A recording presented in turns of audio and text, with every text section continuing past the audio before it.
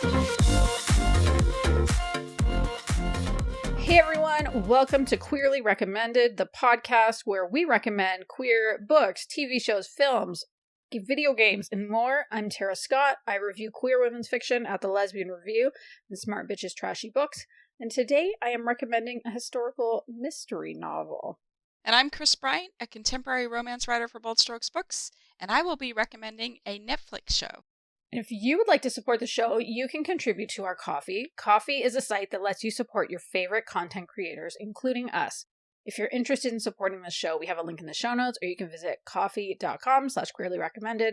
That's ko-fi.com/queerlyrecommended. So, Kris, I hear you have some exciting news. You have a book baby coming out. I do. My book, Serendipity, is coming out on September 1st.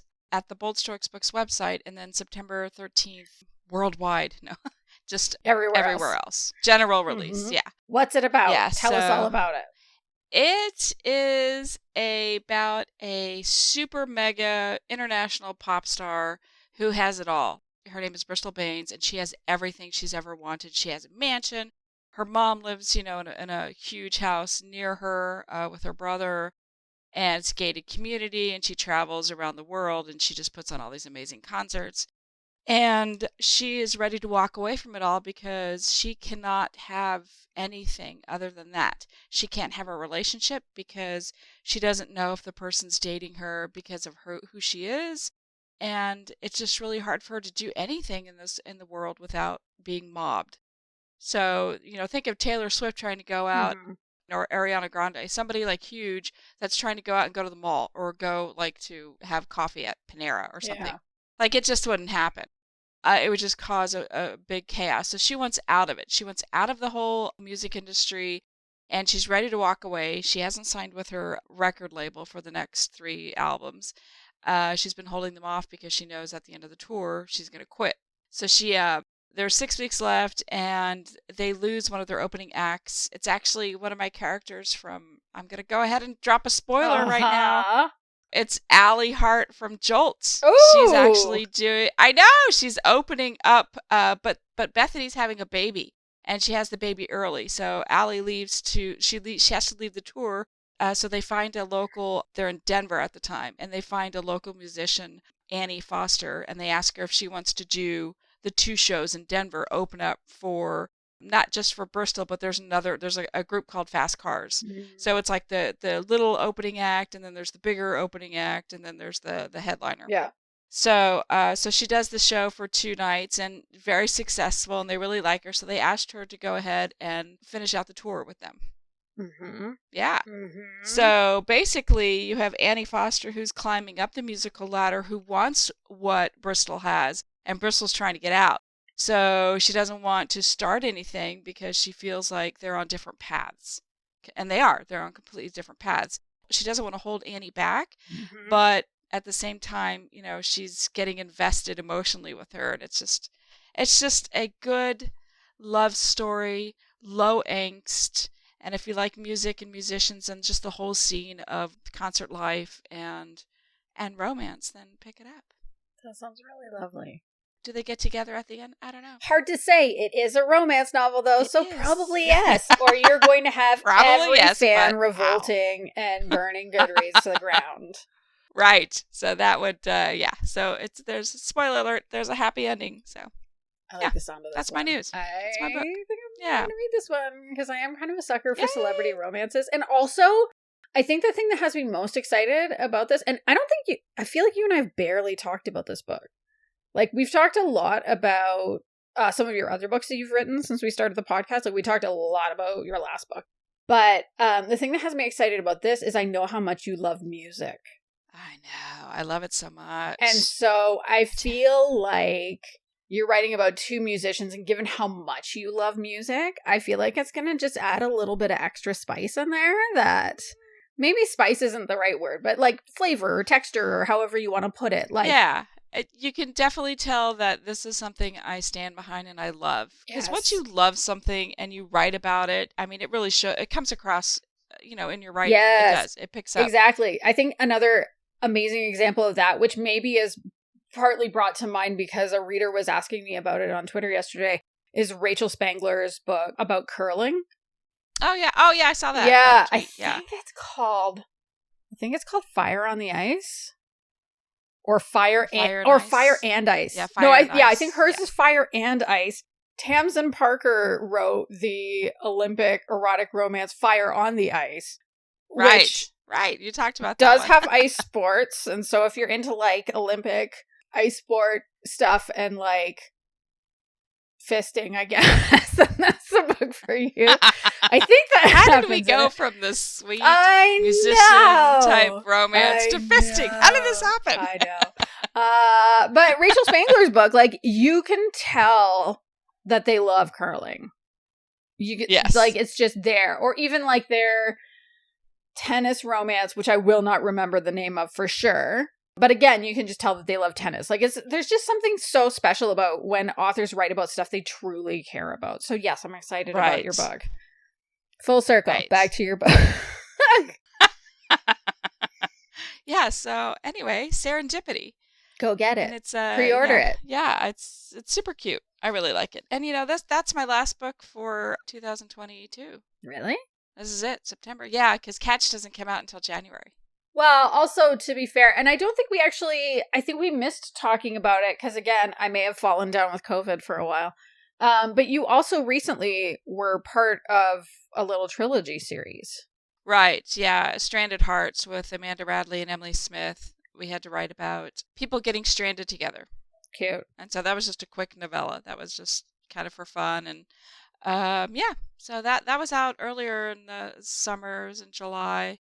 And yeah, I had COVID then. That was probably it, because we missed an episode. Right, we did. And that means a month happened. I know. I still can't believe we went a month without talking. To be fair, I didn't talk to anybody for a month if they didn't live in this house. True. I think we might have texted. I think I checked in with you. You did. You checked on me a lot. I think I did. Yeah. Yeah. So, but we didn't really like talk like this. Like, no. Let's talk about queer stuff and books and yum things. It was more like, hey, you dead? Right. Are you still breathing? You were Are you above ground? You were much sweeter than that. So, Kris, did we get any listener questions?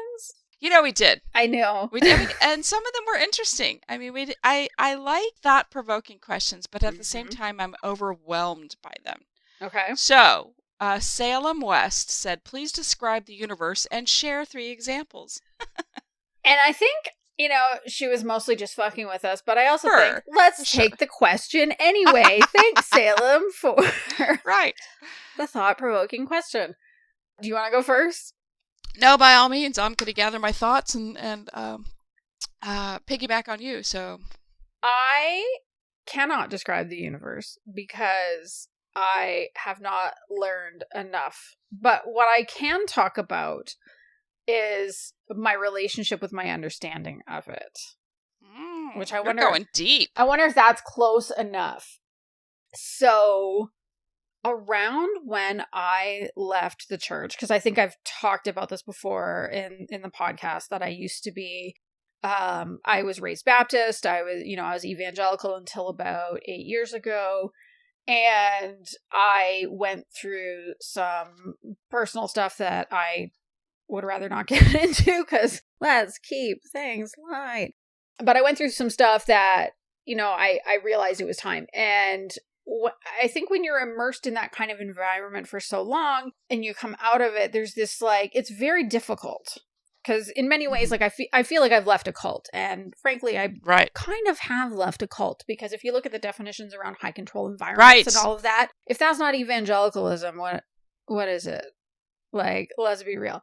And I really felt adrift. Not only was the rhythm of my week off, because I'm not going to church anymore, but what's real? What's true? What do I think? What do I believe? And that was when Cosmos came out, the reboot that was done with Neil deGrasse Tyson as the host.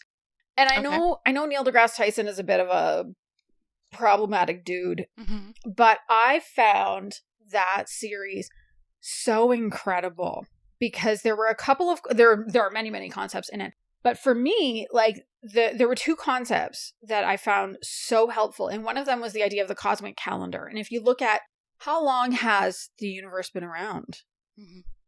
And if you look at our lives and what it counts for, like if you take all of time and squish it down to a 12-month calendar, to the concept of like scale it to that, like that's the scale.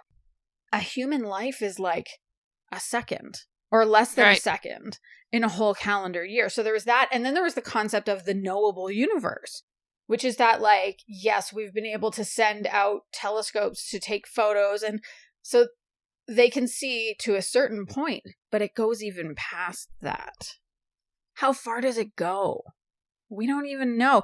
And when I put the two of those together, just the like finally recognizing how vast the universe is, because evangelicalism, like many other high control environments, encourage an extreme amount of self-monitoring and frankly navel gazing. And like you're constantly paying attention to your like, what am I doing? Am I doing enough? Am I sinning? What am I doing?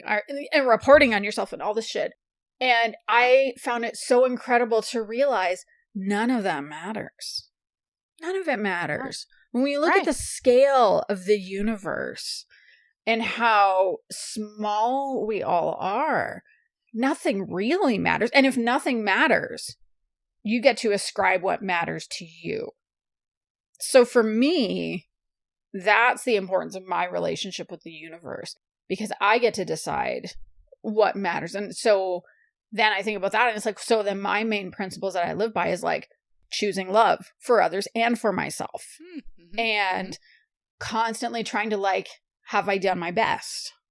And encouraging others to just like, have you done your best? Like if you don't beat yourself up, if that's all you can do. So that's the universe for me. What about you? Wow. Damn, that was deep. Yeah. You went deep on that one. You're welcome.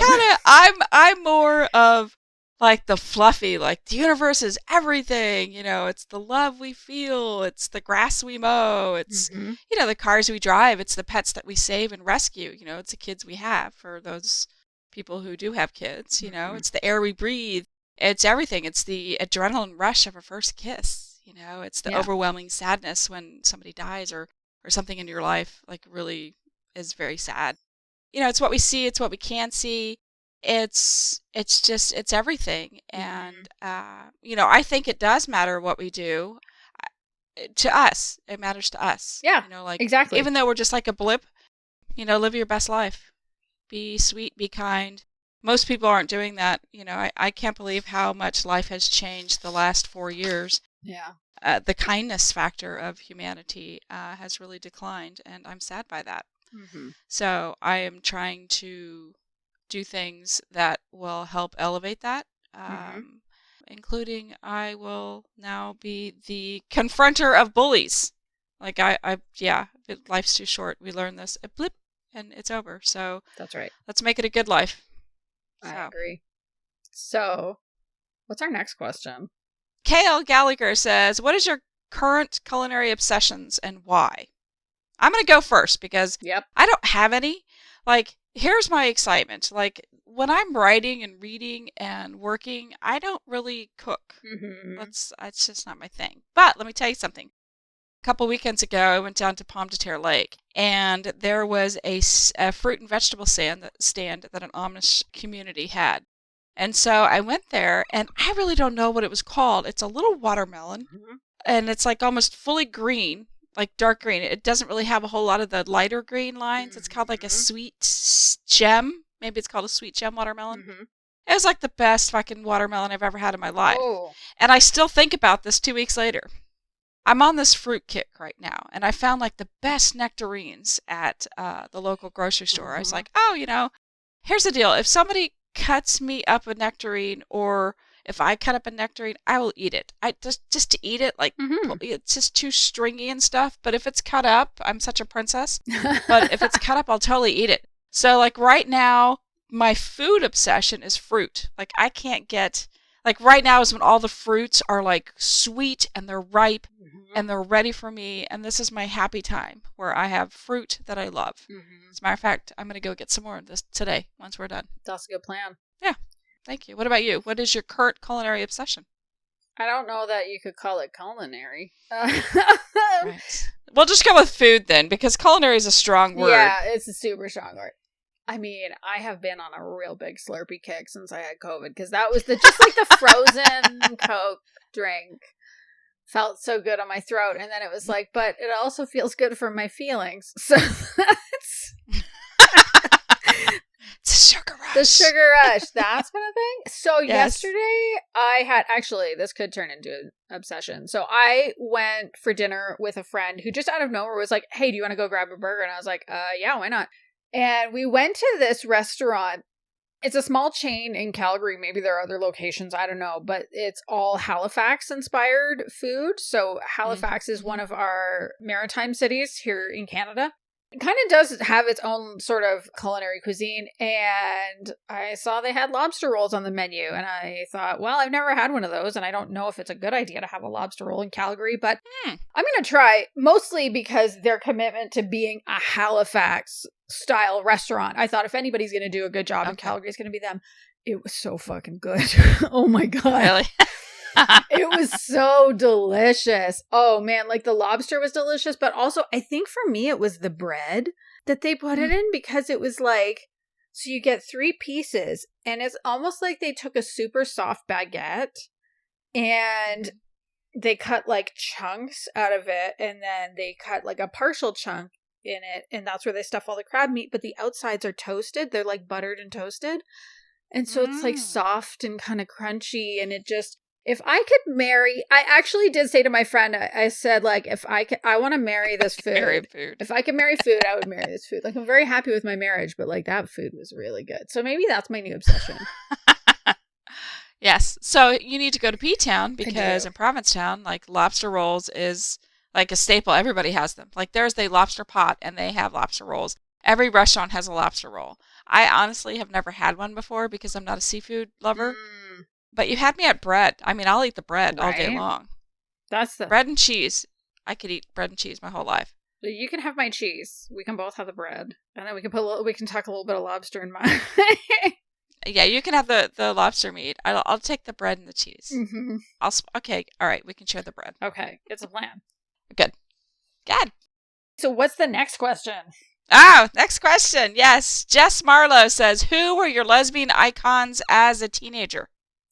I feel like my answer is complicated because,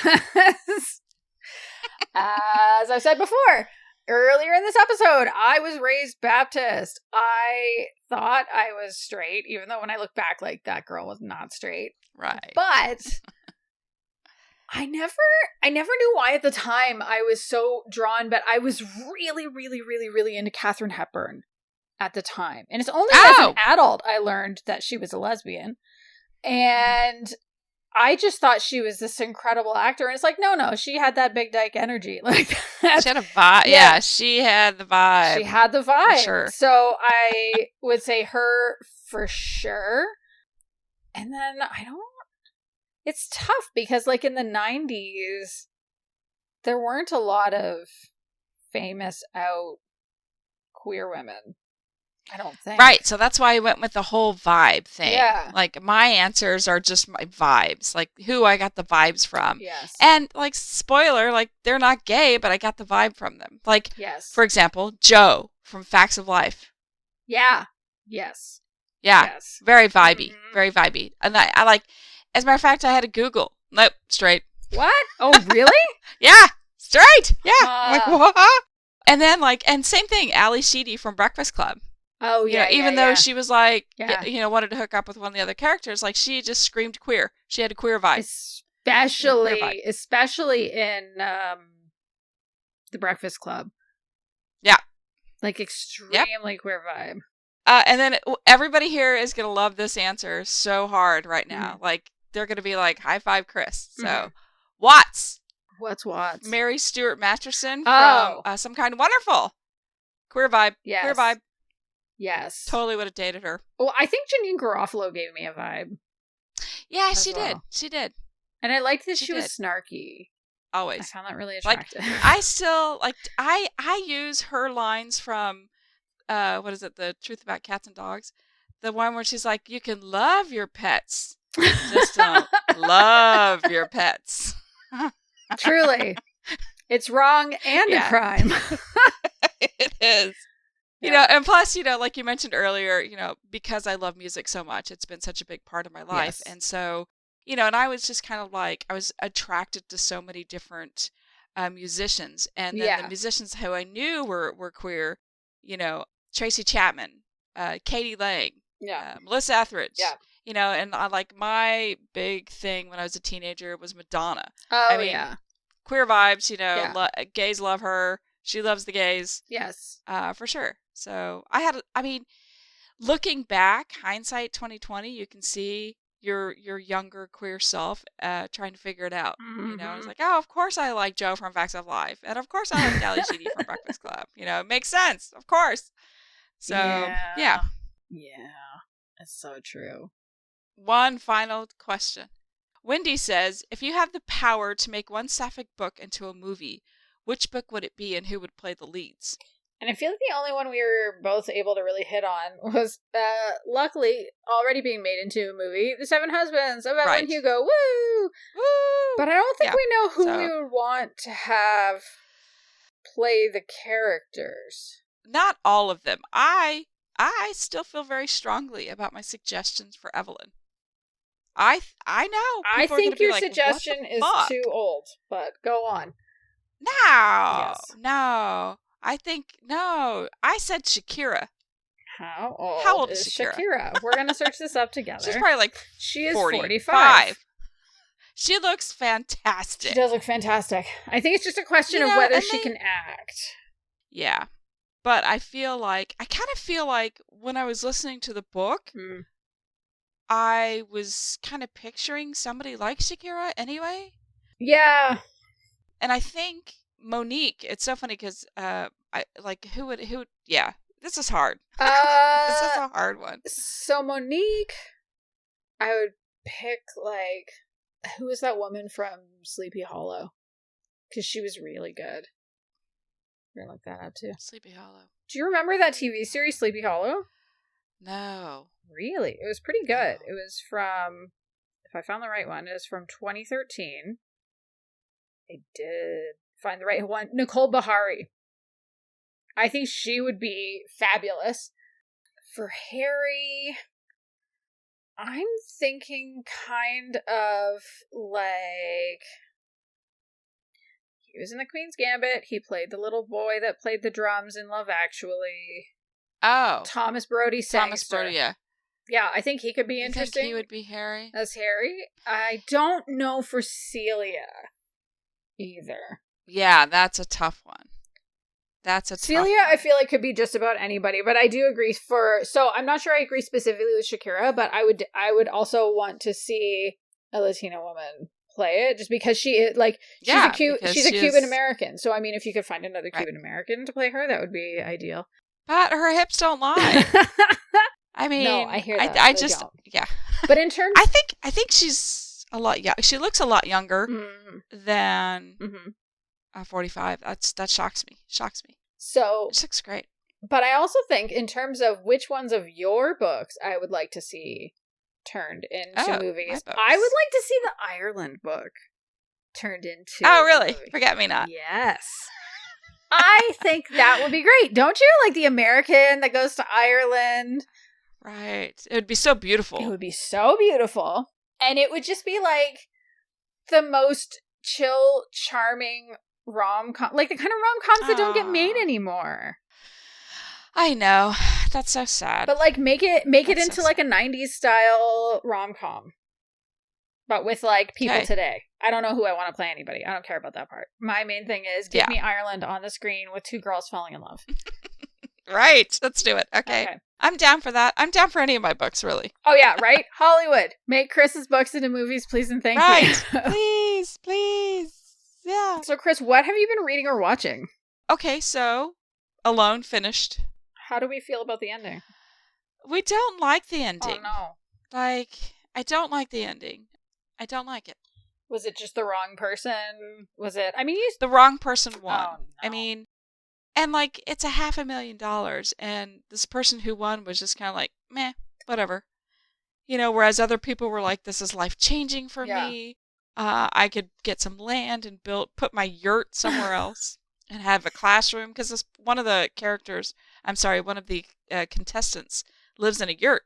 Oh. And was like, I can move it to this land, and then that could be a classroom, and I could teach people survival skills and stuff. So and like, good. And I wanted that person to win, but they didn't.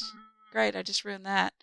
But anyway, yeah, so I watched that. I finished that, and a new series, it's Alone Frozen, starts. And they take 6 of the previous characters, and they drop them in, like, right when it's already freezing cold. Like, no. The show normally starts in late fall, so they have enough time to build shelters and, like, kind of get some game.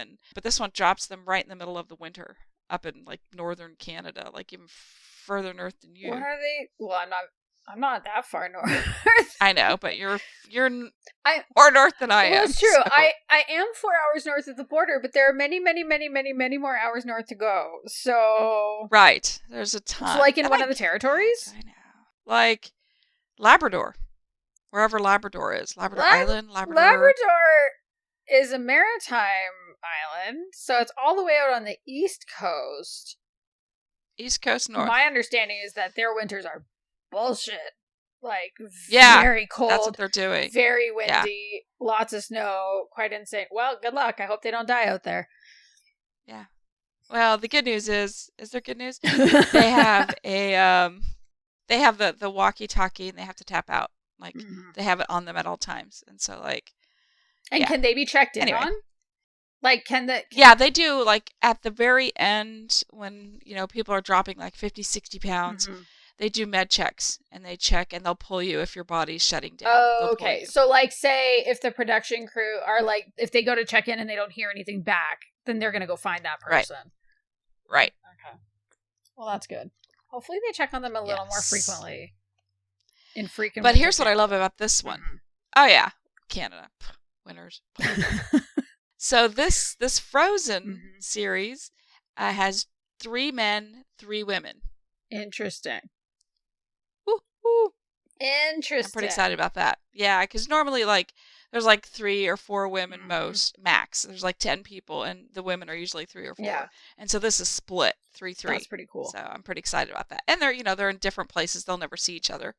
But that would be kind of fun to, like, I would love to, look at me, I would love to be on the show. No, I would love to go find somebody that was dropped off. Be like, hey, you're over here. But it's the woods and stuff. It's just like, you can't walk through it. You'll twist your ankle, break it or something. Yep. So anyway, Alone finished up, and then I watched yesterday.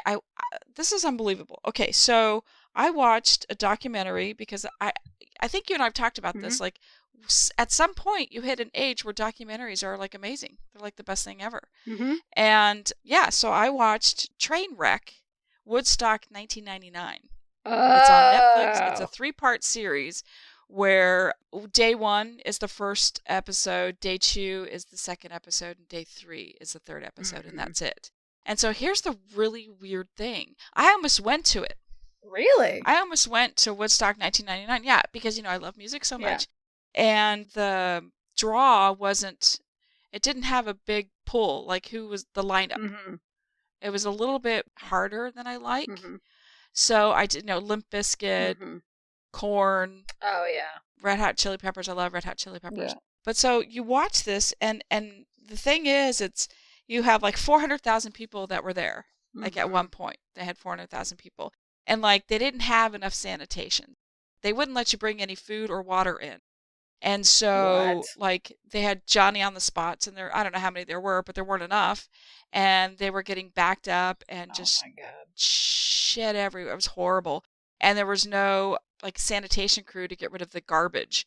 Oh no. So people started rioting. Like they're like, hey, you're not taking care of us, so we're going to riot. So it was crazy. It was like anarchy on the 3rd day. They burned everything down. Vendors were robbed. Like this whole thing was trying to make money. The guy who was in charge of this, Michael Lang, I think was his name. He died. But he was trying to make money because he did it in 1994 and it didn't make money. So he's like, well, this time, the 30-year anniversary of the original Woodstock from 1969, it's going to be huge. It's going to be massive. And they farmed everything out. They farmed like the foods out. They farmed the sanitation out instead of taking care of it themselves or providing a service, that they had control of. They didn't have control of who they hired. So like this is back in 1999. They were selling bottled water for $4 a bottle. And so, these kids couldn't afford it. Yeah. So they're drinking out of they have some hand washing stations and some shower stations. And the health department would check the samples of water, and it was full of shit. And it was just awful. It was just awful. So, and then there were sexual assaults. There's a lot of lawsuits filed after it was over. Said, it was just awful. The ATM machines, they busted the ATM machines to get the money. It was just so all these fucking kids that I say kids, they were probably young adults, just causing massive chaos. They're probably running the country right now. They're probably they're in office somewhere, or in charge of corporations. It's kind of just a bunch of bored white kids. Or rioting at the Capitol. Right. Exactly. So you are 100% correct. It sounds they're either running the country. Was this the original Fyre Fest? The Fyre Fest was more more of a grift. Yeah, it was kind of like Fyre Fest, but only with all a lot of men, a lot of white, angry, bored, entitled young adults. And so there was so much lack of respect. And and I remember seeing one little thing on MTV at the time that it was happening. I remember Kurt Loder was saying, yep, it's time to get out of here. And everybody fucking left. They all just left because they want to die. And I'm thank God I didn't go to this. No. I mean, it was pretty massive. And thank God. Yeah. Speaking of 90s things. Skipped that one. Speaking of 90s concert things, did you ever go to Lilith Fair? Oh my God, stop everything right now. I went to every Lilith Fair I could go to. I knew it! Are you kidding me? I had second row seats, and I told somebody, we talked about this on Twitter. I actually tweeted that we needed to have another Lilith Fair. Oh, again. yes. Sarah McLachlan needs to come out of her retirement or whatever, and let's bring this love fest back. And I went to so many, and here's the deal. Somewhere in my house, I have a folder or a something a photo album of Lilith Fair. Yeah. And I had the best camera. I sneaked it in. The best camera, and I was in second row. Yeah. I have Sheryl Crow, super close. Oh my you see the God. veins in her arms as she's strumming her guitar. And the chicks were there, and it was just great. Natalie Merchant was there. It was amazing. Oh, yeah. I loved Lilith Fair. Bring that back. My young queer self was just in awe. Yeah. Everywhere I could go see Lilith Fair, I went. I knew it. So wonderful. This makes me want to go downstairs and dig through all the tubs and try to find I hope you do. that album, and then I'll share it. I guess the pictures are amazing, Yeah. and it was film. This was before digital cameras were really big. Yeah. So it was all film. So cool. Yes. And so the last thing I wanted to talk about is I saw the movie. It was on Netflix because I am completely I'm either writing or I need to chill. And so Age of Adeline came on. And I'm oh, what's this? Blake Lively and Harrison Ford. I'm what's this? And it was a really good movie. It was from 2015, but for some reason it's the number one movie on Netflix now. I mean, it's just so cool. It's just this woman who stays 29. Oh. Something happens. She's in an accident in the 1920s or something. She's in a car accident. And lightning strikes and starts her heart again. It strikes the water, but it stops her aging process. That's kind of cool. So she doesn't age. Yeah, and so it's really cool. The whole thing is super cool. So I thought it was kind of fun. I mean, it's not queer at all, but the only part I didn't like about it is the love interest was a little too aggressive in pursuing her because she has remained hidden. She doesn't like her picture taken because forever people were after her because they knew that she wasn't aging and they wanted to study her and what was going on, and the government wanted her, and she just she would always run. She was always on the run. And so when this guy, modern day guy, she meets this Ellis guy, and he's he's fun, but he's also really assertive and aggressive, and that part I didn't like. But once you get past that and you understand the relationship and where it came from, it's a cute movie. So I watched that. Good. Yeah. Yeah. What about you? What have you been reading or watching? So, Drag Race Season 7, or the All-Stars Season 7 has ended. I think it hadn't quite ended the last time we talked. My favorite queen, Jinx Monsoon, won. Sorry if you didn't already know, but it's been it's been everywhere on social media. You must know. Right. I love her. I think she is such a talented queen. It came down to her and Monet exchange, and honestly, they both, like, Monet also killed it, so I would have been fine if Monet won, but I have to admit, I'm also very happy that Jinx won. So I'm watching Canada's Drag Race and Drag Race Down Under. I didn't even know there was a new season of Drag Race Down Under starting. It was just like, boop, here it is. And I'm like, oh, okay, well, here we are then. Right. It's great.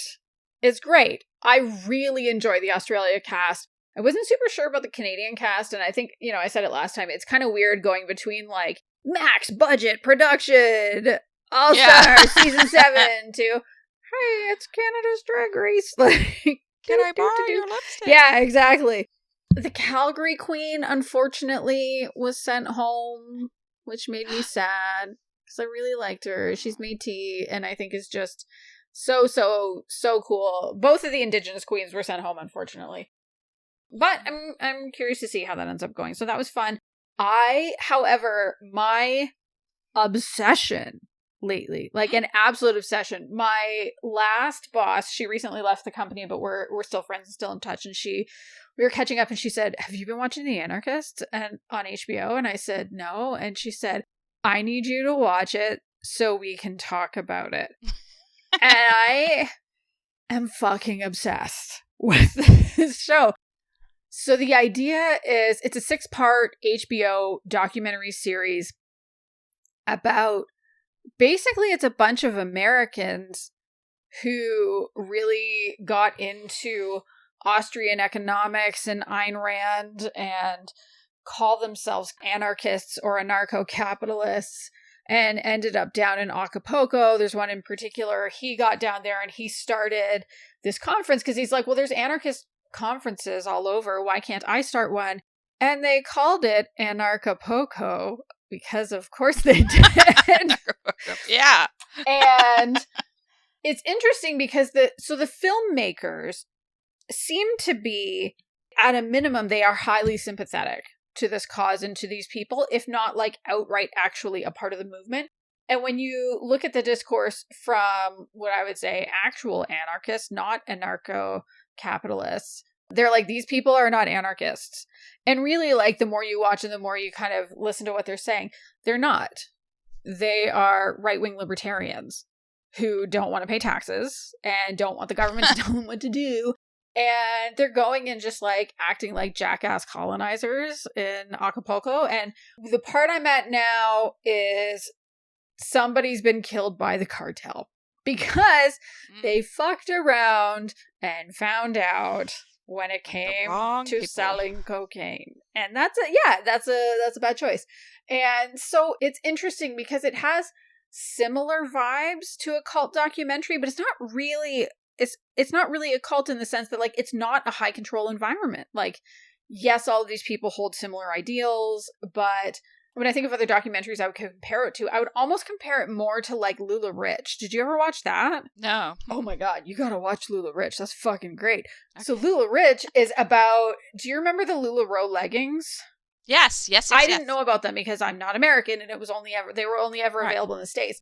But it's basically about the rise and fall of LuLaRoe, which absolutely was an MLM. And so the anarchists, it's not an MLM except in the sense that they also push crypto. So it's libertarian crypto bros.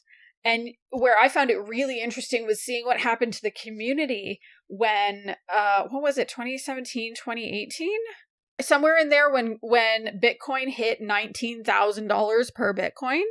And the people who had been able to hang on to all of their crypto or all their Bitcoin became rich. The people who had been spending it because they were living off of it did not. And so there's this massive divide in the community between like the haves and the have-nots. It's so good. It's so messy. And I went like all the way down the rabbit hole. I'm finding these people on their social media accounts and seeing how they're talking about the show. One of them, I found her blog and I'm reading she's writing her thoughts after each episode. Like, yeah, So my old boss, she was like, "You're going to Acapulco, aren't you?" And I'm like, "Absolutely the fuck not." Nope. No, never, never, never. But I'm gonna read what people have to say about it, maybe. So yeah, that's been my... And then the other one is actually, it's a manga series that my 10-year-old got from the library. It's super, super cute. And so I recommend it more like if you have kids in your life that need something to read. It's not queer, but it's super cute, and it's called Witch Hat Atelier. And the kind of one-line description I would give for it is, what if you were chosen to do magic, but you were chosen by the dark side? Ooh! Mm-hmm. And at this point, she has not been taken by the dark side, but they keep trying to take her. And so it's this world where this girl, she's really interested in the idea of magic. She's seen magicians, but she doesn't understand how it works. And someone gives her this book. And so it's a world where with magic, it's all about drawing sigils or something like that. But it's all writing and drawing to make magic happen. And so the bad side gives her this book of forbidden magic, the bad shit. And she turns her mother into stone, which is not what she wants. And so one of the good guys is like, okay, I'm going to mentor you. You're going to become a witch. We're going to try to fix this. And I am 7 books in. Wow. Yeah. And... Is the mom still stone? Yeah. She is. Dang it. She is. I have book 8. I haven't read it yet. And then I think there's another couple... And the guy who took her in, like, he has his own motives for why he wants to... He's basically skipping all the usual process for making someone a witch, and he's making her a witch because he feels like she's his best chance to... To what? I don't know. Yeah. I don't know, but I want to know. We're going to find out. So, yes, it's super good. So, like I said, if you have kids in your life that like to read... If they prefer to read more like graphic novel type stuff, definitely recommend that one. It's real cute. If it was queer, it would be an official recommendation, but it's not, so it's not. Wow. But speaking of official recommendations, Kris, what's yours? Yes. So my official recommendation this episode, this podcast, is Uncoupled. It's a series on Netflix starring Neil Patrick Harris. Ooh, I've seen that going around. Yes, so here's the little blurb about it. Stunned when his longtime boyfriend moves out, a New York City real estate broker faces the prospect of starting over and dating again in his 40s. So, it's 8 episodes. I absolutely loved it. Here's the thing. Everybody loves Neil Patrick Harris. I mean, he's done some amazing things. Yeah. I did not like his character in How I Met Your Mother. I didn't even really watch the series much. I mean, my introduction to him was a Doogie Howser. Yeah. Like a kid doctor. Like that. He started off like the... I know! So I've always liked him because of that, and I just completely avoided that whole series because I hated his character on it. So anyway, his character is Michael, and his boyfriend Colin of 17 years breaks up with him at Colin's surprise 50th birthday party. Oh, no. Like right before like all their friends jump out and they yell, surprise! He's like, hey, I want to break up. And then like Neil Patrick Harris or Michael opens the door and like everybody's like, surprise! So it was just really awful. So he's distraught.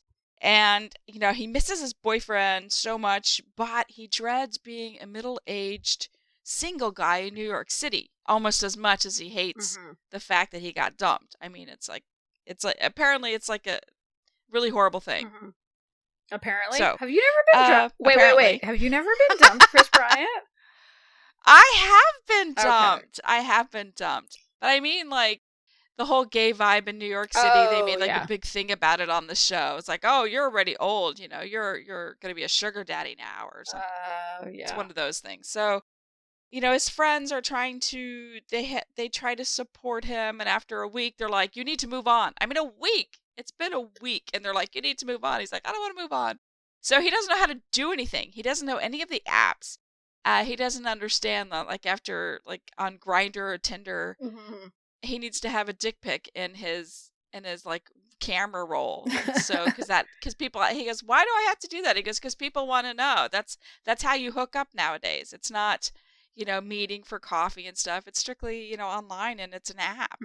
And you know, I love this because as much as I love all the queer shows, the young queer shows that we have out there, I love this because it's adults. Yeah. These are people that are closer to our age. They have our problems. Mhm. They have, mortgage problems, but they have money to like go on vacations and do things with people and have like really romantic dinners that, at fancy restaurants and things like that. Mhm. And sometimes it's just nice to see people our age Yes. have this experience. And especially queer people our age, because I feel like those kinds of shows have sort of happened.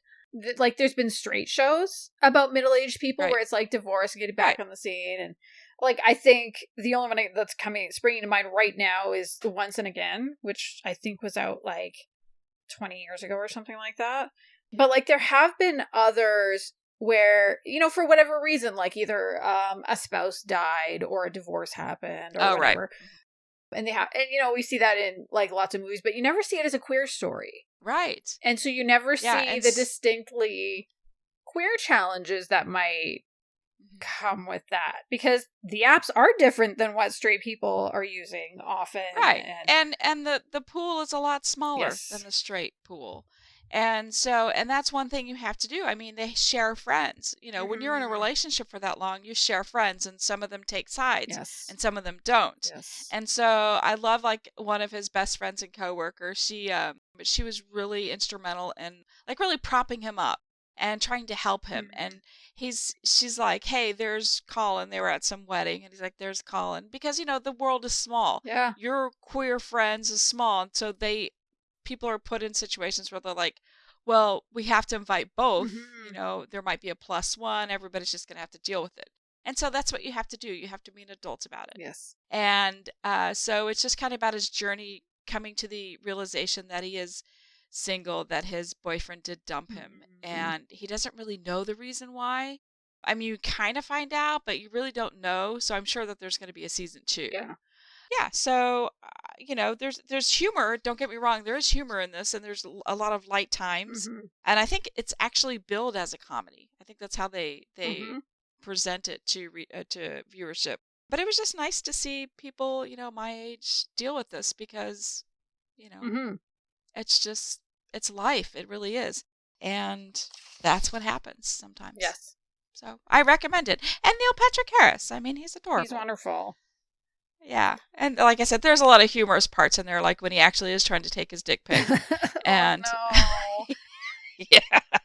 So it's pretty funny. And he believes all of his friends, like, you have to do this now. And he's like, okay. So he just does it. He trusts them implicitly. And it's actually kind of cute that he does. But at the same time, he believes everything they say too. And like one of them's like, I hate to tell you this, but your ex is now dating your rival real estate broker, but it's like a misunderstanding, but like yeah. they see him through like a window and they see them hug, but they don't know. It's just like, misunderstandings happens in life, and it's always fun to see it on a show too, because it's angsty and you're like, wow, when is this going to get resolved? They need to know the truth. Yeah.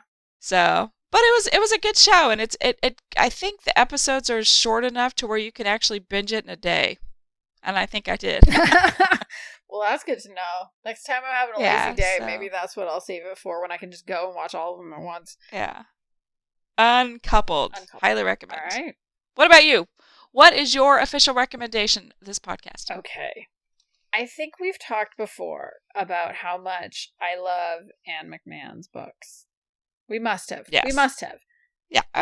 If I ever stop talking about how much I love Anne McMahon's books, then I need you to check and see if I've had a personality transplant. Have I been body snatched? What is happening? Right. So Anne McMahon recently released a new book, Dead Letters from Paradise, and that is my official recommendation this week. Nice. In terms of what it's about, it takes place in the year 1960. It's all told in the first person from the perspective of E.J. Cloud. She's an unmarried woman who manages the dead letter office in Winston-Salem. And her life is really quiet.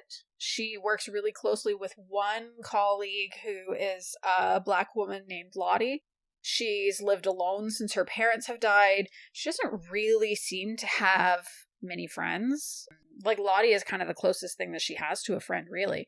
And she volunteers at a local medicinal garden, mostly because that's just what she's always done. It was something she and her mom did together.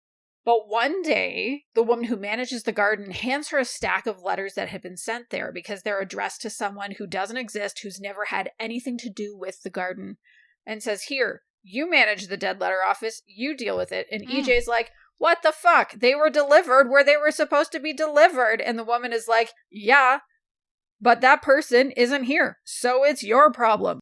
And that's where the story takes off, because the mystery is EJ trying to track down who sent the letters so she can return them. And in the meantime, she's kind of like, to do this, there are some people who befriend her, who she needs to spend time with. And so she's kind of pulled out of her shell. And that includes, there's this like brand new to town, super precocious 10-year-old girl named Harry, and a local lesbian couple. I mean, roommates who happen to live in the same house. And it's actually, they have sort of a boarding house type situation where, like, yes, it's their house, but Harry and her dad are renting space in this house, as well as another neighbor that's in there. I fucking loved this book. It was so good.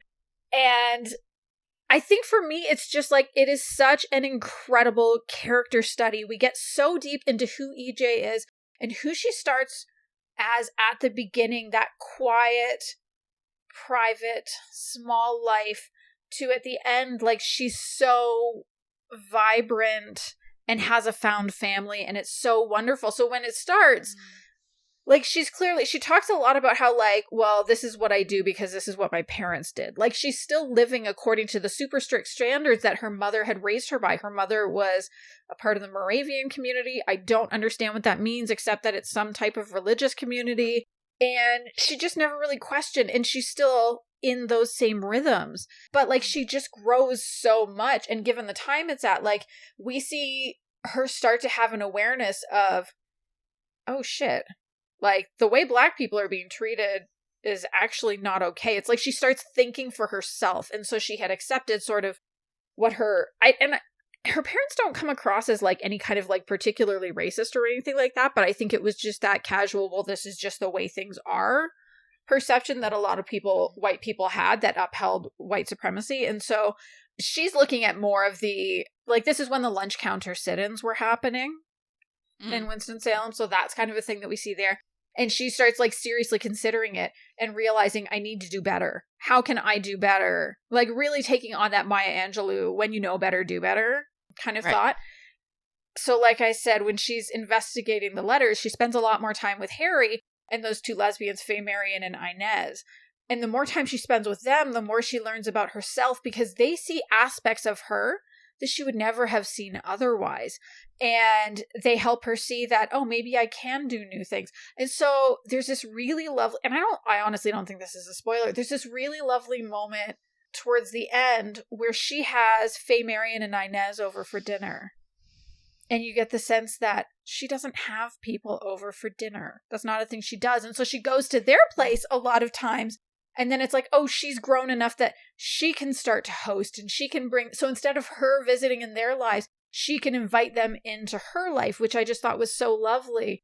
And there's this, you're the one that always brings quotes, and I never bring quotes, but I brought a quote. Holy shit. Yay! Mark it in the calendar. Tara Scott showed up with a quote. But I feel like there's this, like, she's reflecting towards the very end, and the whole point of the story and her growth to me was really encapsulated in this thought that she has. So I'm going to share this quote where it says, I began to understand that the story of my life in Old Salem was being rewritten as a story comprised of many voices. Young and old, friend and stranger, white and black, seeker of truth and peddler of deceit, guardian of the past and harbinger of change, all of them raising their voices together in a grand chorus. Our sacred obligation as members of this community was not to deify and idealize past, but to realize the best and noblest ambitions of our founders by working together as one and discovering the best ways forward. Only then could we fulfill the original promise of this place and of all places. And I just think there's something so beautiful about that, because it really is that, like, I can't keep living apart from the community. We're all in the community. We all need to be part of it. And we need to make sure everyone has equal weight, has equal voice, and that we work together. Like, yes, it's a very idealistic take, but you kind of need idealists who are willing to do the work to get to a better place. So I really loved that. The other thing is, oh man, the letters themselves is so interesting. Because at first, EJ doesn't know anything except that they're addressed to Mary Ann Evans, who, like I said, was never connected to the garden. And there's like these, she has these rules about, well, it's not just her, it's the U.S. Postal Service, I guess, in this version of them in the book anyway. They have these rules about how, you know, the dead letter office after 45 days can open a letter so they can try to understand where it's supposed to go. And so they open the first one and it's signed from Dorothea. And it's like a little dirty because she's talking about how upset she is that they, you know, they made love in this garden and, you know, how could you leave me? You showed me this world of possibility and now you're gone. And yes, that possibility was very sexy. And it was so funny because Lottie's like, I think you might need to read that letter a little more thoroughly, my friend. Like clearly Lottie sees something in EJ that EJ never saw in herself. Right. But for me, like, I think I just got so hooked by the way EJ pursues this. Like, who is it that she had to know? When she could have just said, like, fuck it, let's just burn the letters. Who cares? There's nobody here that's ever been called this. Like, it turns into this passion or purpose. And to me, the sense I got was that she had never had this kind of purpose in her life. Or if she had, it had been a very, very, very long time. And without that purpose and without that pursuit of it, she wouldn't have changed. She wouldn't have gone on this journey. So I know some people are going to be wondering, but is there any romance? And I guess the thing I want to say about that is it's complicated. Dead Letters from Paradise is not a traditional romance novel. There is a tremendous amount of love as EJ builds that little found family that she has with that child Harry, who becomes almost like an adopted daughter, and with Inez and Faye Marion, and even Lottie. And she learns, and even just the way she learns to love herself, because like I don't think she loved herself at the beginning, and she does by the end. But there is a hint at the end that she might find love. And it's so perfect. It's so perfect. I was just like, holy shit. So I listened to this in audiobook. It was narrated by Christine Williams, as always. She's the perfect match for Anne McMahon's words. I actually listened to it over a couple of gardening sessions because I had to like completely unfuck all my flower beds after I got COVID and didn't do any weeding for 5 weeks. And I also think that was kind of perfect because of the way the garden is such an important figure within the story. So I kind of love that I was gardening while I was doing it. But yesterday, actually, first of all, I managed 3 hours of gardening yesterday. I took a bunch of breaks, but like, can you believe? Who's this girl? It's me. I know. Hey, that's amazing. Yes, my COVID is getting better. I'm still not lifting weights, but I could do that. And then I was like, okay, and I had about an hour left. And I told Neil, I was like, okay, I'm going to take a shower and then I'll come hang out. And I was like, well, before my shower, I'm going to do 10 minutes of stretching. I did an hour of stretching and foam rolling because I could not stop this book. I just had to finish. It is that good. I even sped up. That was even because I was listening to it I never listened to anything at like the normal speed. So I was listening to it at like 1 1/4 or 1 1/3 times speed. I bumped it up to like 1.8 times speed because I was like, no, more, faster. Let's do this faster. Come on. What's happening? It's